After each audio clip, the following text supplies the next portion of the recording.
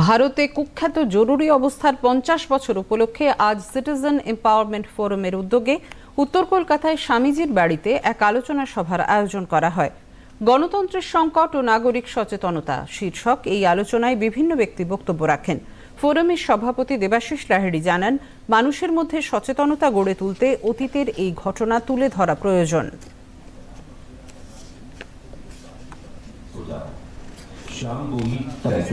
काफी बड़े लेवल पर किया। जिन लोगों की इस वक्त गिरफ्तारी हुई বাংলার